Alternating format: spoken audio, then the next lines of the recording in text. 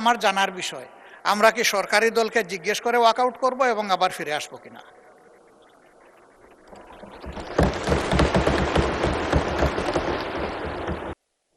জি, মাননীয় বিরোধী দলের নেতা, একটু একটা কথা আছে, মাইকটা দিবেন দয়া করে, আমি শুনতে পারিনি। জি, মাননীয় বিরোধী দলের নেতা।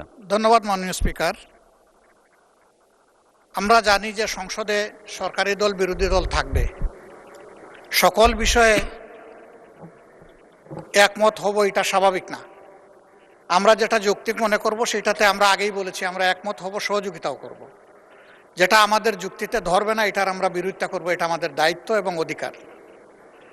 তা আমি একটু জানতে চাচ্ছি যে আসলে সংসদ থেকে ওয়াক আউট করা এটা কি কোনো অপরাধের পর্যায়ে পড়বে?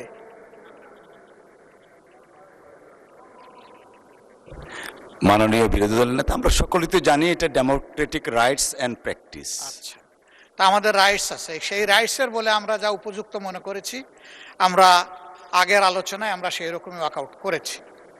কিন্তু দুঃখের বিষয় যে সিনিয়র যারা এখানে মাননীয় সদস্য আছেন তারা আগেও পার্লামেন্টে ছিলেন এবং এখনও এসেছেন, তারা ভাগ্যবান।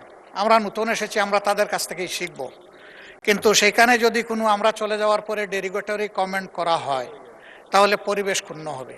যদি বলা হয় যে অবশ্যই তারা এইভাবে ওই সময় চলে আসবে, তাহলে আমার জানার বিষয়, আমরা কি সরকারি দলকে জিজ্ঞেস করে ওয়াকআউট করব এবং আবার ফিরে আসবো কিনা।